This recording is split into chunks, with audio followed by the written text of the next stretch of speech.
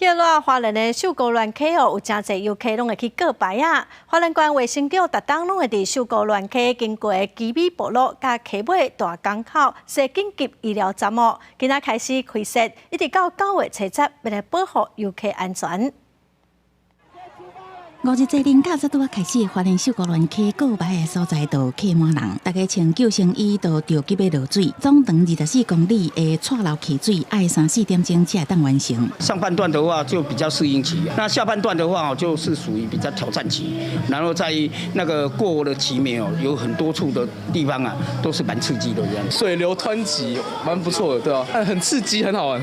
啊，不过告白的时阵，若做受伤是要安怎？上近的病院坐车嘛要50分，为了增加紧急医疗处置甲及时性，卫福部花莲病院特别伫基美部落、中丰桥花2位设立行动紧急医疗站。大部分是在泛舟的当中被一些石头啊割伤还是什么的，这样主要是以擦挫伤为主。然后偶尔的话会有一些就是蜜蜂啊或者是昆虫咬伤。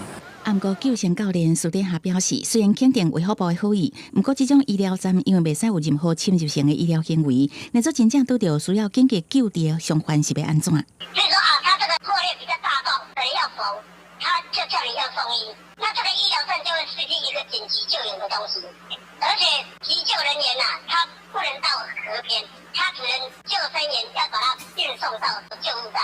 那这样子的话，要做那个及时，可能就是要抢救的话。 就要失去一个很长的时间。面对这个，花莲县卫生局表示，紧急医疗站已经成立15年啊。以去年来讲，拢总有26件路受伤的意外，拢是医疗站处理。若做真正发生大出血，医疗站嘛一定会先甲指挥顾好，再搁后送，袂互这个站有事敢若无事。记者综合报道。